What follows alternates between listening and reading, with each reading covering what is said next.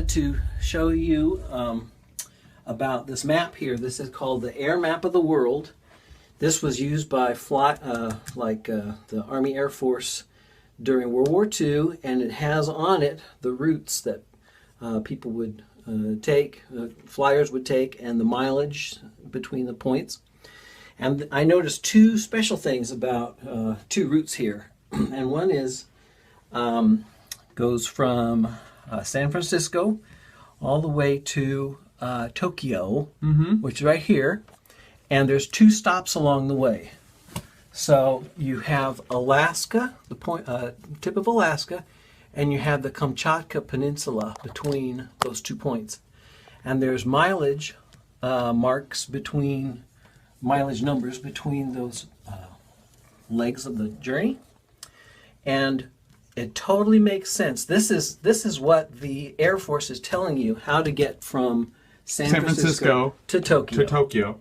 They're saying take this route, which hits Alaska and the Kamchatka. Which is why when they have the emergency landings, they land in Alaska. Exactly, because they were coming from, was it the Philippines, something like that?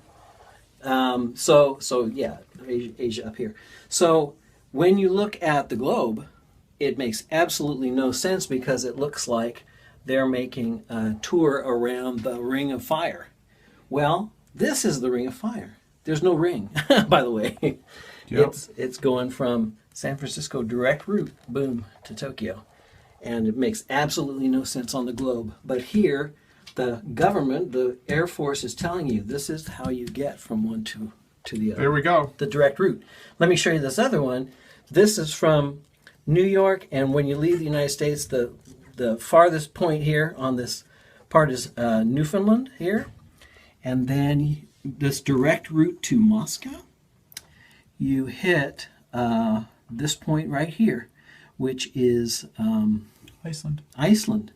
And if you Google it and you say, I want to go from New York to Moscow, it shows you this huge arc.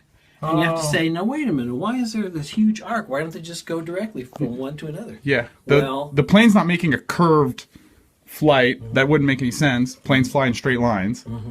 So they have to hit Iceland on the way. Interesting. Back then, they had to refuel. Planes couldn't.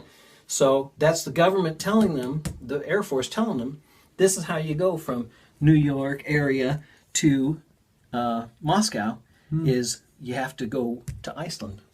And on the globe, it's just this big old arc, which makes you ask, why do they have to do that? Yeah. That's why. Yep. And plane flights are level. Gyroscopes wouldn't work on a globe. The FAA trains pilots on the Target Generation Facility. And the Target Generation Facility is a simulator for Earth, and it's a flat Earth simulator, and it's also doesn't account for gravity or the spin of the Earth. So if you want to argue that the Earth's a spinning globe, go talk to the government because they think it's flat. So that's right.